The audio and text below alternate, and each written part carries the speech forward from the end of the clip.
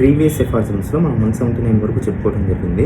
ఈ 179 ఎఫార్జంలో ఆ one sided డిసీజ్లో తక్కువ నెంబర్ ఆఫ్ సింటమ్స్ ఉంటాయి కాబట్టి ఆ ఇండికేట్ అయ్యేటటువంటి ఫస్ట్ మెడిసిన్ మనం ఎంత హోమియోపతికల్లీ సిమిలర్ ఇద్దామని అనుకున్నా కూడా లెస్ నెంబర్ ఆఫ్ సింటమ్స్ ఉండటం చేత ఆడ partially homoeopathic, half homoeopathic or imperfectly homoeopathic medicine అనేది సెలెక్ట్ అవుతుంది అనేసి చెప్పి ఆపేయటం జరిగింది 179లో. Next 188th aphorism. Okay, in this case the medicine which has been chosen as well as possible but which for the reason above stated is only imperfectly homeopathic will in its action upon the disease that is only partially analogous to it, just as in the case mentioned above 162 ఎఫర్లో చెప్పుకున్న కారణం చేత. అంటే 162లో less number of homoeopathic remedies, అంటే మన నాలెడ్జ్కి మనకు తక్కువ నెంబర్ ఆఫ్ హోమియోపతిక్ మెడిసిన్స్ యొక్క నాలెడ్జ్ ఉండటం చేత మూలంగా, అంటే ఇప్పుడు ఉన్న పరిస్థితులకు అన్వయించుకున్నట్లయితే హానుమన్ గారి టైంలో తక్కువ నెంబర్ ఆఫ్ డ్రగ్స్ ప్రూవ్ అనేవి ఉన్నాయి కదా. సో అది ఇప్పుడు మనకు అన్వయించుకున్నట్లయితే తక్కువ నెంబర్ ఆఫ్ డ్రగ్స్ తెలియటం చేత, అంటే మన నాలెడ్జ్కి of homoeopathic remedy, imperfect homoeopathic remedy అనేది సెలెక్ట్ అవుతుంది అని చెప్తూ ఆ సినారియో కూడా చెప్తున్నారు అనమాట. Just as in the case above mentioned where the limited number of homeopathic remedies renders the selection imperfect, produce accessory symptoms. అంటే 162nd ఎఫార్జంలో చెప్పినటువంటి ఆ సినారియోలో కానీ ఇప్పుడు మనం చెప్పుకునేటటువంటి ఈ వన్ సైడెడ్ డిసీజెస్లో ఉండే సందర్భాల్లో కానీ ఇంపర్ఫెక్ట్ హోమియోపతిక్ రెమెడీ అనేది సెట్ అవుతుంది. ఈ ఇంపర్ఫెక్ట్ హోమియోపతిక్ రెమెడీ సెట్ అవటం వల్ల ఏమవుతుంది అంటే అక్కడ యాక్సెసరీ సింటమ్స్ అనేవి ప్రొడ్యూస్ చేయబడతాయి. అవి ఏంటనేంటి, and several phenomena from its own array of symptoms are mixed up with the patient's state of health, which are however at the same time symptoms of the disease itself, although they may have been hitherto never or very rarely perceived. Some symptoms which the patient had never previously experienced appear, or others he had only felt indistinctly become more pronounced. అంటే ఎక్కడ ఆపాలి ఏంటనేది అదొక పరీక్ష పెట్టినట్టు అవుతుంది అన్నమాట ఆత్మలో. సరే, ఇక్కడ పైన చెప్పుకున్నటువంటి కారణం చేత ఇంపర్ఫెక్ట్లీ హోమియోపతిక్ రెమెడీ సెలెక్ట్ అయినప్పుడు, అంటే ఆ తక్కువ నెంబర్ ఆఫ్ సిమ్టమ్స్ ఉండటం చేత మనకు గైడ్ చేసేటటువంటి నెంబర్ ఆఫ్ సిమ్టమ్స్ ఉండవు కాబట్టి లెస్ నెంబర్ ఆఫ్ సిమ్టమ్స్ ఉంటాయి కాబట్టి అక్కడ ఇండికేట్ అయ్యేటువంటి ప్రతి మెడిసిన్, అంటే వన్ సైడెడ్ డిసీజెస్లో మనం ఇచ్చేటటువంటి ఫస్ట్ ప్రిస్క్రిప్షన్ అనేది మనం ఎంత సూటబుల్గా ఇద్దామని ట్రై చేసినప్పటికీ అక్కడ ఇంపర్ఫెక్ట్లీ హోమియోపతిక్ మెడిసినే సెలెక్ట్ అవుతుంది అనేసి చెప్పడం జరిగింది పైన ఎఫర్జంలో. సార్ అదే చెప్తున్నారు, in this case the medicine which has been chosen as well as possible but which for the reason above stated, పైన చెప్పుకున్నటువంటి కారణం చేత ఈజ్ ఓన్లీ ఇంపర్ఫెక్ట్లీ హోమియోపతిక్, అది అసంపూర్ణంగానే హోమియోపతిక్గా ఇండికేట్ అవుతుంది. సంపూర్ణమైనటువంటి హోమియోపతిక్ మెడిసిన్ కాదు, అసంపూర్ణమైనటువంటి హోమియోపతిక్ మెడిసిన్ అంటే వేగ్ ప్రిస్క్రిప్షన్ లాగైనా అనుకోవచ్చు, లేదంటే అక్కడ ఉండేటటువంటి టోటాలిటీ మొత్తం మ్యాచ్ అవ్వకుండా అక్కడ ఉండేటటువంటి 1-2 సింటమ్స్ మాత్రమే మ్యాచ్ చేసి ఇవ్వటం, అలా ఇచ్చినప్పుడు అది of homeopathic prescription, imperfectly homoeopathic prescription ఉంటుంది. అలాంటి సందర్భాల్లో will in it's action upon the disease that is only partially analogous to it, అలా ఇంపర్ఫెక్ట్లీ హోమియోపతిక్ మెడిసిన్ ఇచ్చినప్పుడు ఆ యొక్క డిసీజ్ మీద ఈ యొక్క మందు అనేది నాశకంగానే అక్కడ సింటమ్స్ కలుస్తాయి అనేసి చెప్తున్నారు. Will in it's action upon the disease that is only partially analogous to it చెప్తూ దీనికి ముందు చెప్పుకున్నటువంటి సినారియో కూడా ఇంకోటి చెప్తున్నారు. Just as in the case mentioned above 162 where the limited number of homeopathic remedies renders the selection imperfect, తక్కువ number of homoeopathic remedies మన నాలెడ్జ్కి ఉండటం చేత, అంటే మెటీరియల్ మెడికల్ నాలెడ్జ్ తక్కువ ఉండటం చేత మనకు పలానా క్యాలిసల్ఫ్ ఇండికేట్ అవ్వాల్సిన చోట పల్స్టెల్ అవ్వటం, అలాంటి సందర్భాల్లో అంటే రెండు సిమిలర్గా క్లోజ్గా ఉంటాయి బట్ పల్స్టెల్ అనుకుని చేస్తాం కానీ క్యాలిసల్ఫ్ కూడా ఇండికేట్ అవుతుంది. సో అలాంటి సందర్భాల్లో అనేసి హనుమన్ గారు చెప్తున్నాం అనమాట. అలాంటి సందర్భాల్లో కూడా ఇంపర్ఫెక్ట్ హోమియోపతిక్ రెమెడీయే సెలెక్ట్ అవుతుంది. సో ఈ పార్షియల్లీ ఇంపర్ఫెక్ట్ హోమియోపతిక్ మెడిసిన్ ఇచ్చినప్పుడు అక్కడ ప్రొడ్యూస్ యాక్సెసరీ సిమ్టమ్స్ని ప్రొడ్యూస్ చేస్తుంది. and several phenomena from its own array of symptoms are mixed up with the patient's state of health. అక్కడ ఫినామినల్ స్టేజ్లో ఉండేటువంటి సిమ్టమ్స్ కానీ లేదు ఇంకా ఇతరితర ఉండేటువంటి సిమ్టమ్స్ కానీ ఆ పేషెంట్ యొక్క ఆరోగ్యకరమైన స్థితితో పాటుగా ఈ యొక్క సిమ్టమ్స్ అన్ని మిక్సప్ అయిపోయి ఈ రకమైన సిమ్టమెంటాలజీని తీసుకొస్తుంది. ఎటువంటివి అంటే which are however at the same time symptoms of the disease itself, అంటే అక్కడ ఉండేటటువంటి వ్యాధిలో ఉండేటటువంటి లక్షణాలైనా అవి బయటకు వస్తుంటాయి కొన్ని. అంటే అప్పటి వరకు డిస్ప్లే అవ్వకుండా అబ్స్క్యూర్గా మాస్క్డ్ సిమ్టమ్స్ అని ఏవైతే చెప్తుంటామో ఆ డిసీజ్లో అలాంటి సిమ్టమ్స్ అయినా బయటకు వస్తాయి. Which are however at the same time symptoms of the disease itself although they may have been hitherto never or very rarely perceived. అంటే లేదు ఏకకాలంలోనే డిసీజులో ఉండే సిమ్టమ్స్ బయటపడుతుంటాయి. అంటే ఏకకాలంలో ఎట్ ది సేమ్ టైం అప్పటి వరకు ఆ పేషెంట్ ఫీల్ అవ్వనటువంటి సిమ్టమ్స్ కూడా కొత్త సిమ్టమ్స్ వస్తాయి చెబుతూ అందులో భాగంగా although they may have been hitherto never or very rarely perceived, అప్పటి వరకు ఎప్పుడు గమనించినటువంటి symptoms and at the same time very rarely perceived, అంటే ఎప్పుడో అడపా వచ్చేటటువంటి సిమ్టమ్స్ ఎప్పుడో 6 నెలలకు ఒకసారి వస్తుంది, లేదా సంవత్సరానికి ఒకసారి వస్తుంది. ఏమన్నా క్రాంప్స్ ఆఫ్ కాఫ్స్ ఏమైనా ఉంటాయంటే ఎప్పుడో వింటర్లో వస్తుందండి. ఆ వింటర్లో కూడా ఓన్లీ ఒక్కసారి వస్తుంది.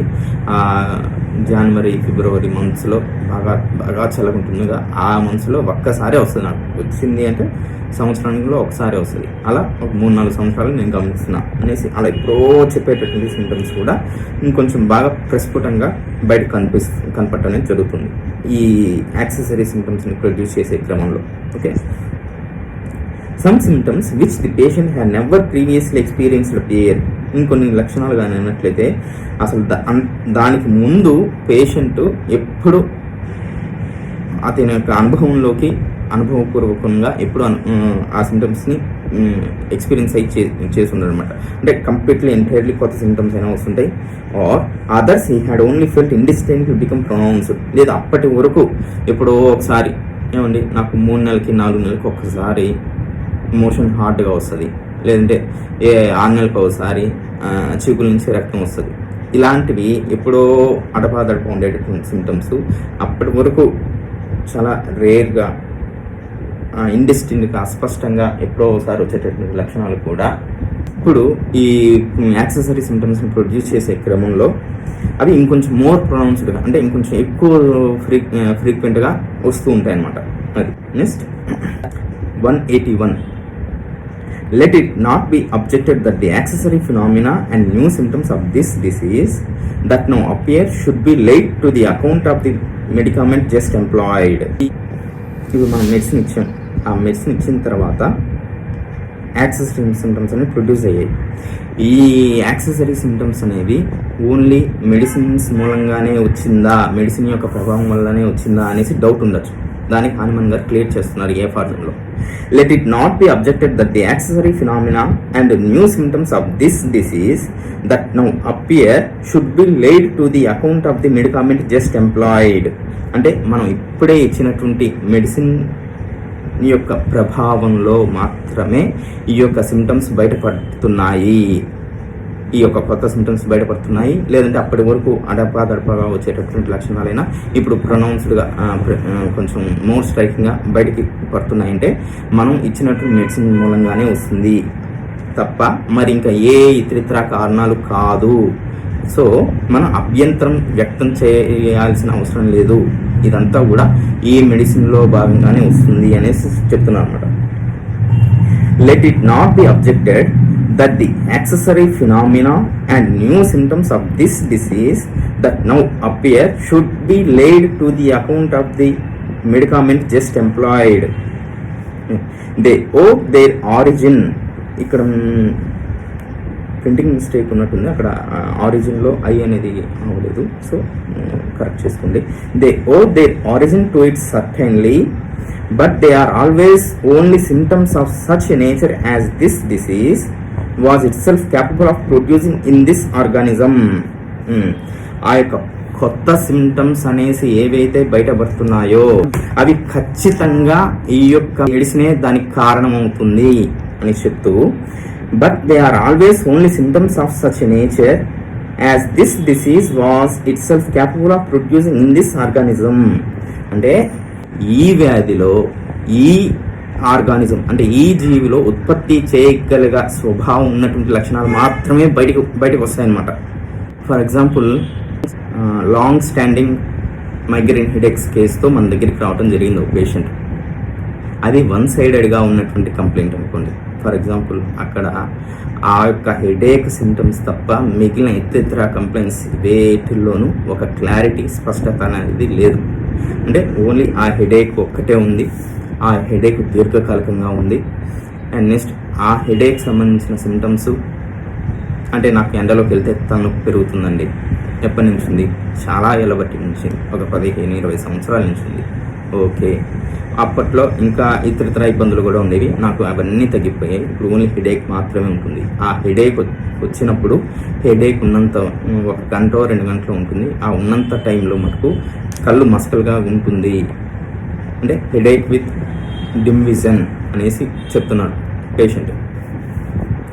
తర్వాత హెడేక్ అనేది లైట్ అగ్రవేషన్, నాకు ఆ టైంలో వెలుతురుగా ఉంటే నాకు బాగా ఎక్కువ అయిపోతుంటుంది. తర్వాత శబ్దాలు విన్నా పెరుగుతుంటుంది. తర్వాత ఆ టైంలో నాకు నాసి అనేది ఉంటుంది, వామిటింగ్ సెన్సేషన్ ఉంటుంది కానీ వామిటింగ్ రాదు అనేసి చెప్పడం జరిగింది. సో ఈ యొక్క సిమ్టమ్ అటాలజీ మాత్రమే ఉంది. గతంలో స్టార్టింగ్లో అయితే నాకు 1-2 గంటలు మాత్రమే ఒక హాఫ్ డే ఉండేసి తగ్గిపోయేది. ఇప్పుడు మటుకు నాకు హెడేక్ వచ్చింది అంటే ఒక 2-3 డేస్ పాటు కంటిన్యూ అవుతుంది. ఏ సిమ్టమ్స్ ఉంటున్నాయి అనేసి చెప్పాడు అనుకోండి. ఈ యొక్క టోటాలిటీ ఆఫ్ సిమ్టమ్స్ని మనకు చూసుకొని పలానా నేట్రమూర్ అనే డ్రగ్ ఇవ్వటం జరిగింది అనుకోండి. ఆ నేట్రమూర్ డ్రగ్ ఇచ్చిన తర్వాత అతనిలో తర్వాత కొంత కాలం గడిచిన తర్వాత 3 నెలలకో 6 నెలలకో గడిచిన తర్వాత అక్కడ ఏమిటి నాకు ఈ మధ్యకాలంలో కొంచెం వర్టిగో అనేది డెవలప్ అవుతుంది. నాకు అంతకుముందు ఎప్పుడూ ఆ యొక్క వర్టిగో యొక్క సిమ్టమ్స్ని నేను గమనించలేదు. అది కూడా ఆ వర్టిగో కళ్ళంతా గిర్రన తిప్పుతూ కొంచెం ఎడం వైపుకి పడిపోతున్నట్టుగా, ఎడం వైపుకి తోసేసినట్టుగా అనిపిస్తుంది అనుకోండి. ఆ సిమ్టమ్స్ చెప్పారు అవి. నెక్స్ట్ దాంతోపాటు అంతకుముందు హెడేక్ ఉన్నప్పుడు నాకు ఎలా అయితే డిమ్ విజన్ ఉంటుందో ఇప్పుడు కూడా వర్టిగో వచ్చినప్పుడు నాకు డిమ్ విజన్ ఉంటుంది, అబ్స్క్రేషన్ ఆఫ్ విజన్ ఉంటుంది. Next tendency to fall left side ఉంటుంది. అండ్ నెక్స్ట్ ఈ యొక్క కంప్లైంట్ని నేను అంతకుముందు ఎప్పుడు నేను గమనించలేదు, కానీ మీ దగ్గరికి వచ్చిన తర్వాత మీ మెడిసిన్ వాడిన తర్వాత మాత్రమే ఈ యొక్క కంప్లైంట్ అనేది బయటపడుతుంది అనేసి చెప్పారు అనుకోండి. దీంతోపాటు ఎప్పుడో నాకు చెప్పుకున్నట్టుగా బ్లీడింగ్ గమ్స్, అంటే బ్లీడింగ్ గమ్స్ వైల్ బ్రషింగ్ అనేసి ఉంటుంది. అది నాకు ఎప్పుడో సంవత్సరానికి ఒకసారి వచ్చేది, కానీ ఈ మధ్యకాలంలో నెలలో 2 సార్లు 3 సార్లు కూడా కనిపిస్తుంది. తర్వాత rams of comms during sleep అనేది ఉంది.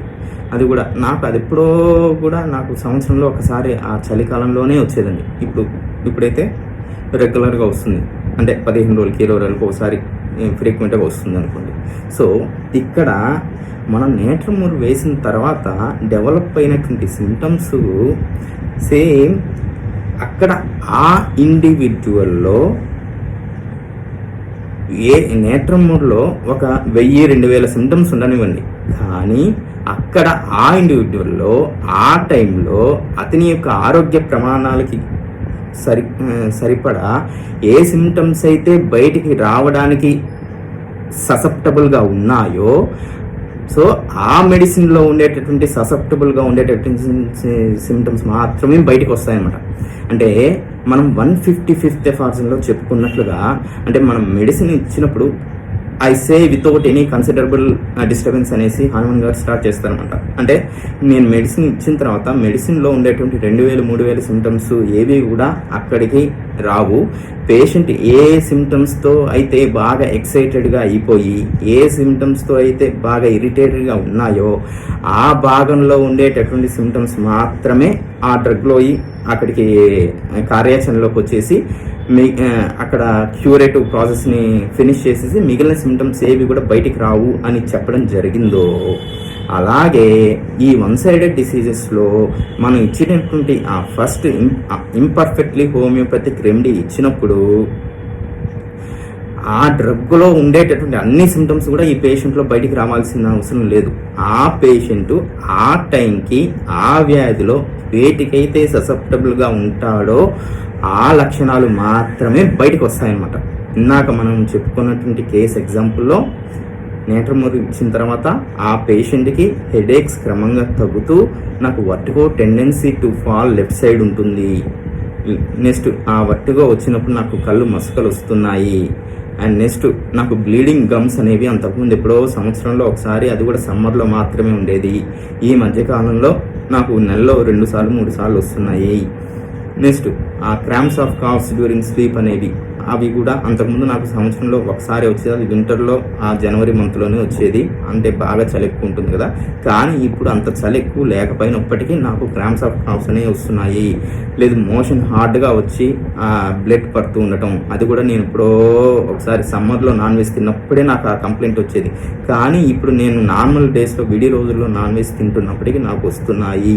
అంటే ఈ సిమ్టమ్స్ అన్నీ కూడా పేషెంట్ హెల్త్లో పార్ట్ అండ్ పార్సలే, కానీ దాని ముందు వరకు ఎప్పుడో ఒకసారి వచ్చాయి. అంటే అబ్స్క్యూర్డ్గా మాస్క్డ్ సిమ్టమ్స్గా ఉంటూ అవి ఎప్పటి వరకు స్పష్టంగా లేకుండా ఎప్పుడో ఒకసారి మాత్రమే బయటపడేటటువంటి సిమ్టమ్స్ మనం నేట్రమోర్ డ్రగ్ వేసిన తర్వాత, ఇంపర్ఫెక్ట్లీ హోమియోపతిక్ రెమెడీ వేసిన తర్వాత ఆ పేషెంట్లో ఏ సిమ్టమ్స్ అయితే బయటికి రావడానికి అనుగుణంగా ఉన్నాయో, నెక్స్ట్ అవి డ్రగ్గులు ఏవైతే సిమ్టమ్స్కి మ్యాచ్ అవుతున్నాయో, సిమిలర్గా ఉంటున్నాయో, అటువంటి సిమ్టమ్స్ మాత్రమే ఆ టైంకి ఆ వ్యాధిలో ఆ పేషెంట్కి బయటపడతాయి అన్నమాట. అది సో మళ్ళీ ఒకసారి చదువుతాను. 181. Let it not be objected that the accessory phenomena and new symptoms of this disease that now appear should be laid to the account of the medicament just employed. అంటే ఈ మెడిసిన్ వల్ల మాత్రమే వచ్చింది అని చెప్పడంలో ఎటువంటి అభ్యంతరం వ్యక్తం చేయొద్దు. ఇప్పుడు they owe their origin to it certainly. అంటే ఇక్కడ ఫుట్ నోట్ అవుట్ చేస్తున్నాం, అది నెక్స్ట్ కంప్లీట్ అయ్యే చదువుదాం. They owe their origin to it certainly. అది ఖచ్చితంగా ఈ యొక్క మెడిసిన్ వేసిన తర్వాత మాత్రమే అవి వస్తున్నాయంటే అవి మెడిసిన్కి మాత్రమే కారణం అవుతాయి. But they are always only symptoms of such a nature as this disease was itself capable of producing in this organism. అంటే ఈ వ్యాధి ఈ జీవిలో ఉత్పత్తి చేయగలిగేటటువంటి టెండెన్సీ ఉన్నటువంటి, అంటే స్వభావం ఉన్నటువంటి లక్షణాలు ఉన్న మాత్రమే అవి బయటపడతాయి. అవి ఎందుకు బయటపడతాయి అనేసి కూడా చెప్తారు. And which were summoned forth and induced to make their appearance by the medicine given. అంటే మనం ఇచ్చినటువంటి మెడిసిన్ వల్ల అవి ఆ సిమ్టమ్స్ బయటికి పిలువబడతాయి. అండ్ నెక్స్ట్ అవి బయటికి రావడానికి, బయటికి కనపడడానికి ప్రేరేపించబడతాయి. And which were summoned forth అంటే ఆ సిమ్టమ్స్ ని పిలువబడతాయి. అండ్ ఇండ్యూస్డ్ అంటే ప్రేరేపించబడతాయి.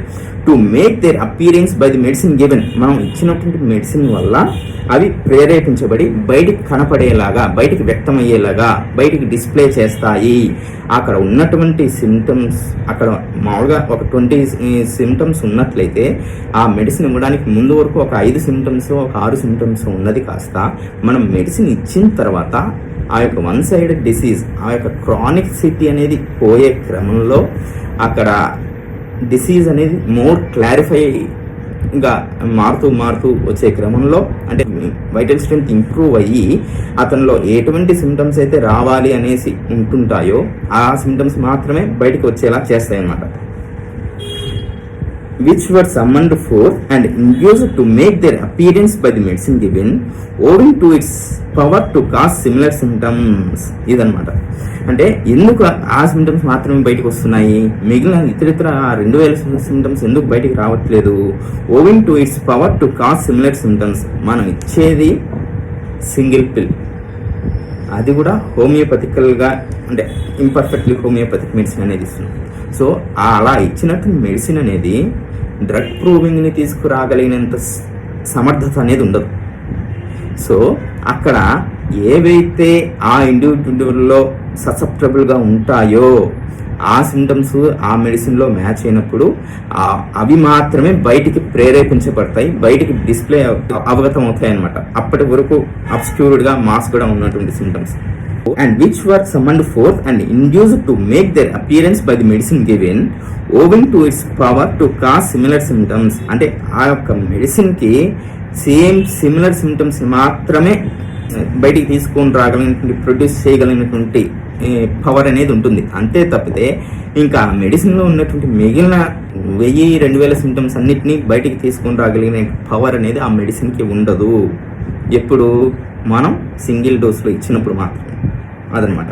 Owing to its power to cause similar symptoms, minute డోస్లో ఇవ్వటం కారణం చేత అక్కడ ఏవైతే సిమిలర్గా ఉంటాయో ఆ స్వభావానికి, ఆ వ్యక్తిలో ఆ వ్యాధి స్వభావానికి సంబంధించిన సిమ్టమ్స్ మాత్రమే బయటపడతాయి అన్నమాట.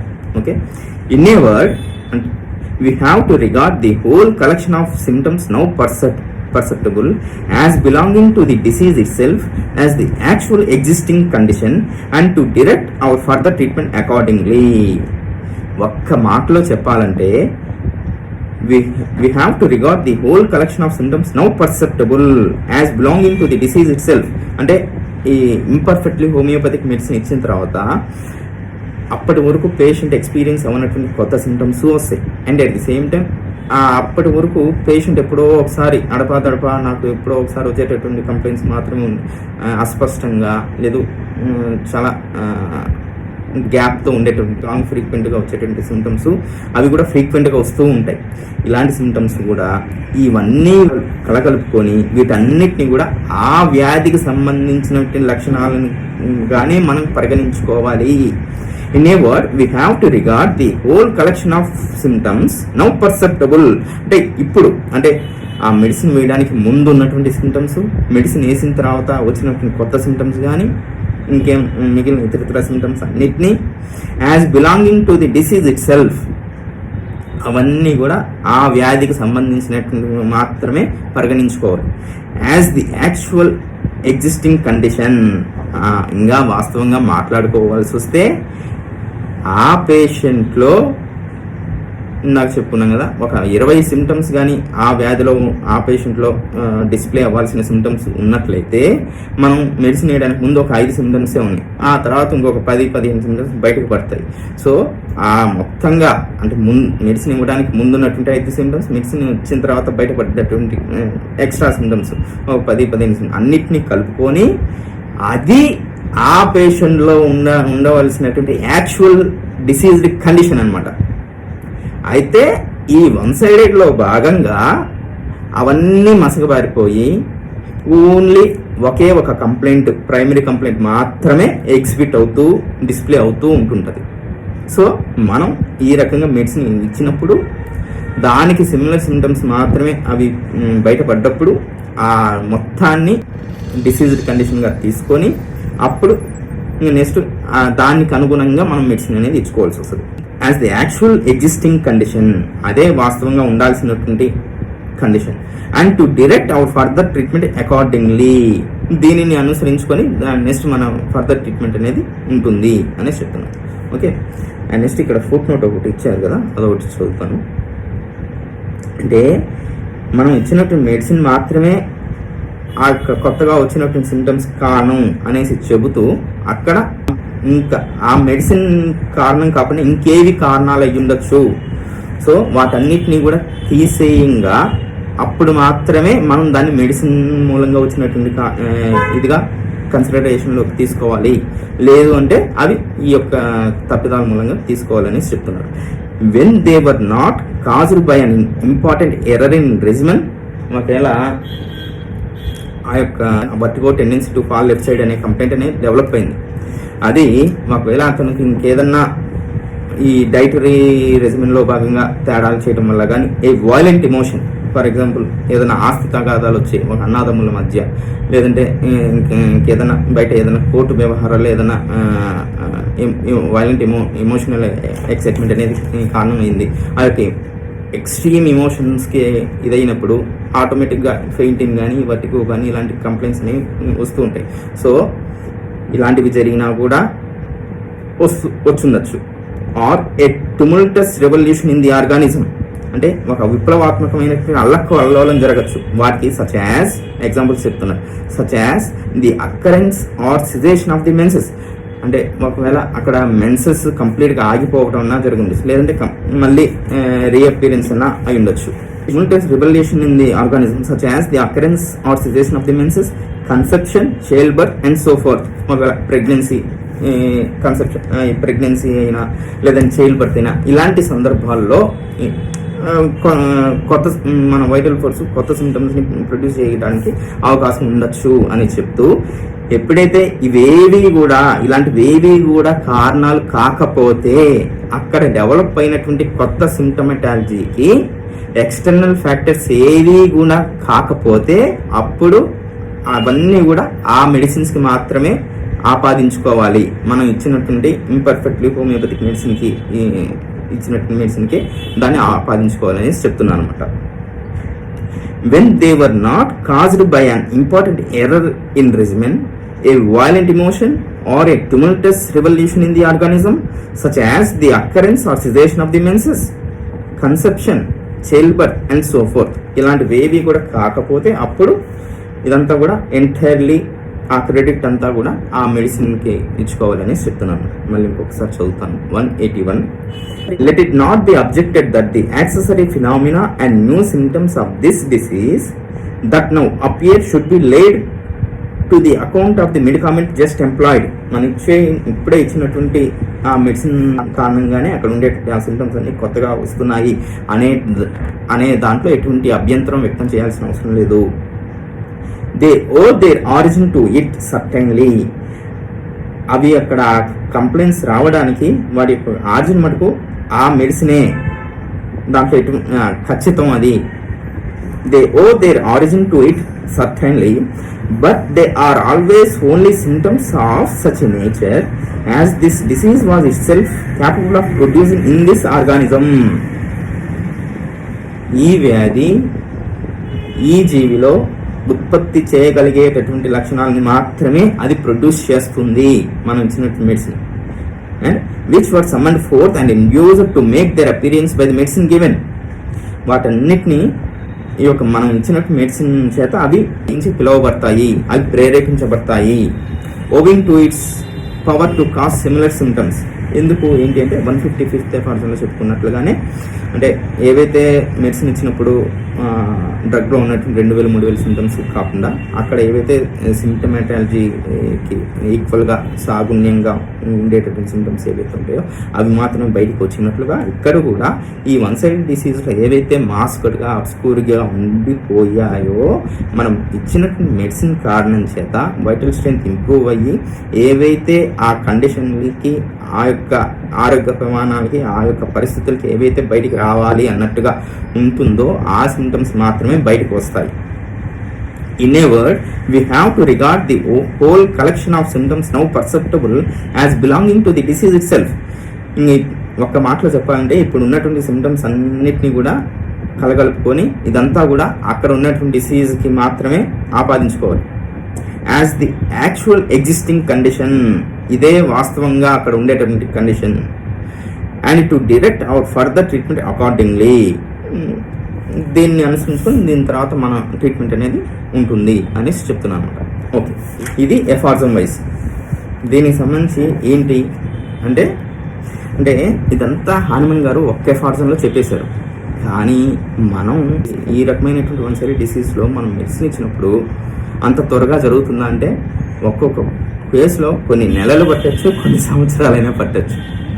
అయితే ఇదంతా ఒక ఎఫార్జన్లో చెప్పడం జరిగింది, కానీ అది ఎక్స్పీరియన్స్లో అవి మనకు అర్థమవుతుంటాయి అనమాట. అంటే ఇదంతా ఏంటి అనేసి. ఓకే, అది నెక్స్ట్ ఇంకోటి, ఇది మనకు వన్ సైడెడ్ డిసీజ్ స్టార్టింగ్లో చెప్పడం జరిగింది. ఈ వన్ సైడెడ్ డిసీజ్లో 1-2 సిమ్టమ్స్ మాత్రమే ఉంటాయి, అదే డిఫికల్టీగా ఉంటుంది. సో ఆ యొక్క డిఫికల్టీని కానీ మనం తొలగించేస్తే మిగిలిన ఇతర డిఫికల్టీస్ అన్నింటిని కూడా తొలగించేస్తామని చెప్పుకోవడం జరిగింది. సో ఆ యొక్క తక్కువ నెంబర్ ఆఫ్ సిమ్టమ్స్ ఉండేటటువంటి డిఫికల్టీని ఇతర వైద్య విధానాలు ఏవైనా చేయగలవా? సేమ్ ఇటువంటి వన్ సైడెడ్ డిసీజెస్ వచ్చాయి, పలానా అలోపతికి వెళ్ళారు, పలానా యునానీకి వెళ్ళారు, పలానా ఆయుర్వేదంకి వెళ్ళారు, వాళ్ళు ఇంకేమైనా చేయగలరా అంటే మనం హోమియోపతికల్గా ఇండికేట్ అయినటువంటి, అంటే యాజ్ పాసిబుల్ యాజ్ అంటే మనకు సాధ్యమైనంతలో మనం అక్కడ ఇంపర్ఫెక్ట్లీ హోమియోపతిక్ మెడిసిన్ ఇచ్చినప్పుడు ఏ సిమ్టమ్స్ అయితే అక్కడికి బయటకు రావాలి అనేసి ససెప్టబిలిటీ ఉంటాయో అటువంటి సిమ్టమ్సే బయటకు వస్తాయి. సో ఇది మిగిలిన ఇతర సిస్టమ్స్లో అయినా జరుగుతుందా? ఫర్ ఎగ్జాంపుల్ ఒక కంజెస్టివ్ బ్యాక్గ్రౌండ్లో వచ్చేటువంటి హెడేక్స్ ఉన్నాయి, అవి ఆల్రెడీ వన్ సైడెడ్గా అయిపోయి ఓన్లీ థ్రాబింగ్ హెడేక్సే ఉన్నాయి. ఆ థ్రాబింగ్ హెడేక్స్తోనే అదే అల్లోపతి కానీ అదే ఇంకా హోమియోపతి కాకుండా ఇంకా ఏ అదర్ సిస్టమ్ ఆఫ్ మెడిసిన్స్లోకి వెళ్ళినా అక్కడ ఇంకా ఇంకా ఇంకా ఇంకా డిసీజ్ యొక్క క్రానిసిటీ పెరిగిపోయి డిసీజ్ యొక్క డెప్త్ పెరుగుతూ లాస్ట్ ఇక ఫైనల్ స్టేజ్లో ఆ కంజెషన్లో భాగంగా ఇది సెరిబ్రల్ హిమరేజ్ అనేది వచ్చేస్తుంది. ఎందుకంటే బ్లడ్ వెజల్ ఆ కంజెషన్ బాగా ఎక్కువైపోయి బ్లడ్ వెజల్స్ రప్చర్ అయిపోతాయి. అదే కంజెస్టివ్ నేచర్లో ఉన్నటువంటి ఆ థ్రాబింగ్ హెడేక్స్ ఒక హోమియోపతిక్ డాక్టర్ దగ్గర కానీ చేయగలిగితే ఆ యొక్క క్రానిసిటీ అంతా క్రమంగా పోతూ ఆ కంజెస్టివ్ నేచర్లో ఏవైతే ఫినామినల్ సిమ్టమ్స్ ఉంటాయో ఆ యొక్క ఫినామినల్ స్టేజ్కి తీసుకురాగలుగుతాం. ఫర్ ఎగ్జాంపుల్ ఆ యొక్క థ్రాబింగ్ హెడేక్స్ని రిలీఫ్ చేస్తూ అక్కడ ఏదైనా ఎపిస్టాసిస్ని ప్రొడ్యూస్ చేయొచ్చు, లేదంటే అక్కడ దాన్ని రిలీఫ్ చేయడం కోసం ఏదైనా పైల్స్ని ప్రొడ్యూస్ చేయొచ్చు. ఇలా ఐ థింక్ అంటే ఖచ్చితంగా ఇలానే జరుగుతుందని కాదు, బట్ వైటల్ ఫోర్స్ మిటిగేట్ చేసుకునే క్రమంలో ఆ కంజెస్టివ్ బ్యాక్గ్రౌండ్ని రిలీవ్ చేసుకునే క్రమంలో ఇలాంటివి ఏమైనా బయటకు పెట్టి పేషెంట్ యొక్క హెల్త్ని లైఫ్ని సాక్రిఫైస్ చేయకుండా చేయగలరు. So this is the greatness of our homeopathy అనమాట. సో హోమియోపతికి అలోపతికి చాలా డిఫరెన్స్ ఉన్నాయి. వీటన్నిటిలో ఇది కూడా ఒక మనం ఘనంగా చెప్పుకోదగినటువంటి ఇదనమాట. సో వన్ సైడెడ్ డిసీజెస్లో హోమియోపతిక్ అప్రోచ్ కానీ చేసినట్లయితే ఆ డిసీజ్ అంతకంతా ముదరకుండా అది ఏదో టైంకి క్యూరేటివ్ ప్రాసెస్లో క్యూర్ అనేది జరుగుతుంది అనమాట. అది ఓకే. అంటే అదే ఇతర వాటిలో అది ఇంకా క్రానిసిటీ పెరిగి ఇన్విట్రేట్గా అయిపోతుంది అనమాట. అది so next 182 next aphorism. Thus, the imperfect selection of the medicament, which was in this case almost inevitable owing to the limited number of symptoms present. సరే, ఇక్కడ మనం ఇచ్చినట్టు మెడిసిన్ ఏది ఇంపర్ఫెక్ట్లీ హోమియోపతిక్ మెడిసిన్ ఏదైతే ఇచ్చున్నామో అది ఎందుకు ఇవ్వాల్సి వచ్చింది ఏంటి అనేది, which was in this case almost inevitable, అంటే ఇంకా తప్పనిసరి అనివార్యమైనటువంటి పరిస్థితుల్లో మనం ఇస్తున్నాం. ఎందుకు ఇవ్వాల్సి వస్తుంది? అక్కడ చాలా తక్కువ నెంబర్ ఆఫ్ సిమ్టమ్స్ ఉండటం చేత అక్కడ మనల్ని పెక్యులర్గా కానీ లేదంటే ఇంకోటి కానీ యాక్యురేట్ మెడిసిన్ సెలెక్షన్ చేసుకోలేని సందర్భంలో తక్కువ నెంబర్ ఆఫ్ సిమ్టమ్స్ ఉండటం చేత అక్కడ ఈ యొక్క ఇంపర్ఫెక్ట్ హోమియోపతిక్ మెడిసిన్ అనేది ఇవ్వడం జరిగింది. సో ఇచ్చిన తర్వాత అది ఏం చేసింది అనేది చెప్తున్నాను. Serves to complete the display of the symptoms of the disease. ఆ imperfect selection of homoeopathic medicine ఏం జరిగింది అంటే serves to complete the display of the symptoms of the disease. అక్కడ ఉన్నటువంటి డిసీజ్లో అప్పటి వరకు బయటికి బహిర్గతం కాకుండా లోపలే ఉంటూ అస్పష్టంగా ఉంటూ మనకు బయటకు కనపడకుండా ఏవైతే ఉన్నాయో అన్నిటిని కూడా సంపూర్ణంగా వాటిని బయటికి వ్యక్తమై చేసేలాగా చేయగలిగిందనమాట. Serves to complete the display of the symptoms of the disease and in this way facilitates the discovery of a second more accurately suitable homoeopathic medicine. So ఈ క్రమంలో అది ఏం చేసిందంటే మనకు తర్వాత ఉండేటటువంటి వేని సులభతరం చేసింది. ఏ రకం? And in this way facilitates the discovery of a second more accurately, అత్యంత ఖచ్చితమైనటువంటిది, అండ్ మోర్ సూటబుల్, అత్యంత తగినైనటువంటి హోమియోపతిక్ మెడిసిన్ని ఎంచుకునేలాగా మన వేని సులభతరం చేసింది అని చెప్తున్నాం. 182. Thus, the imperfect selection of the medicament, which was in this case almost inevitable owing to the too limited number of symptoms present, serves to complete the display of the symptoms of the disease and in this way facilitates the discovery of a second more accurately suitable homeopathic medicine.